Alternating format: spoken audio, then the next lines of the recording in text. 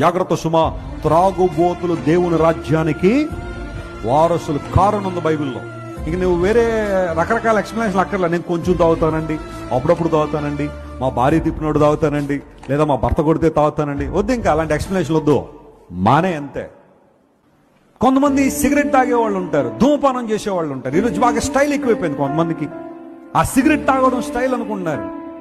కొన్ని cosmopolitan cities లో స్త్రీలు కూడా ఇదేదో ఫ్యాషన్ లా మొదలు పెట్టే రోజు సిగరెట్లు తాగడం. ఇవన్నీ అక్కర్లా, ఆ టైంకి తాగాల, తాగేసేయాలంతే. ఆ నికోటిన్ అనే పదార్థానికి అలవాటు పడిపోయి చాలా మంది ధూమపానం చేసేవాళ్ళు. ఒక్క సిగరెట్ ఒక మనిషి యొక్క ఆయుష్ను 10 నిమిషాలు తగ్గిస్తుందట. ఎవరైనా అలాంటి అలవాటు ఉంటే మానేసేయండి.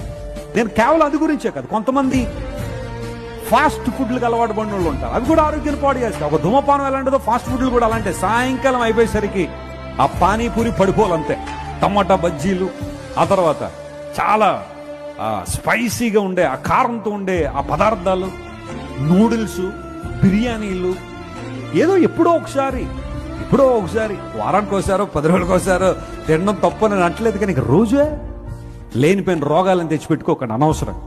నీ దేహాన్ని చెరుపు చేయదాన్ని తొలగించుకోమన్నాడు బైబిల్లో.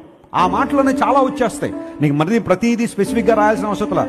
ఒక పొడి తినచ్చా లేదా, ముక్కు పొడి పీల్చచ్చా లేదా, ఎన్ని అక్కర్లా నీకు. ఇంకా